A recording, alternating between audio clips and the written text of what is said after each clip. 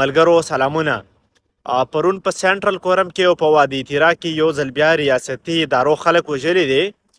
یو څو خبرې کول غواړم که زمانه په دغه خبرو د چا زړه ماتیږي یا رانه زړه خفه کیږي بخښنه درنه غواړم، خو نور کام ته تاوان ورکول دا به ډیره ګرانه پریوځي، ځکه چې نور هم دغه کام وژل کیږي، نور هم دغه کام وروستو پاتې کیږي.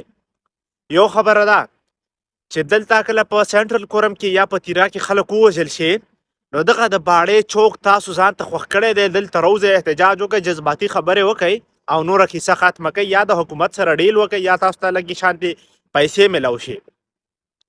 که ته وایې چې نه دغه چوک موږ بند کړو، موږ ته څه فایده رارسي، نو اوسه پورې تاسو څه وکړل؟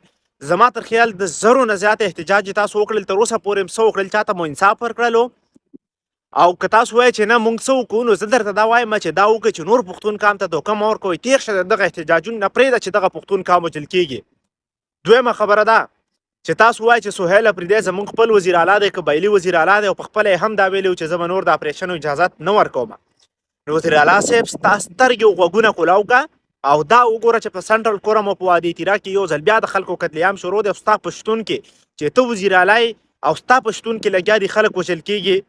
نو مطلب دا دی چې ما ته کوم ټکی استعمال کړی و، په کار ده چې هغه ټکی بیا تا ته خلک استعمال کړي. ما ته هغه ټکی په ځای استعمال کړی و چې ته لګیا یې غورېږي خو ورېږي نه، هلته کې ته وایې چې زه اپریشن اجازت نه ورکوم او ستا په شتون کې لګیا دي خلک وژل کېږي.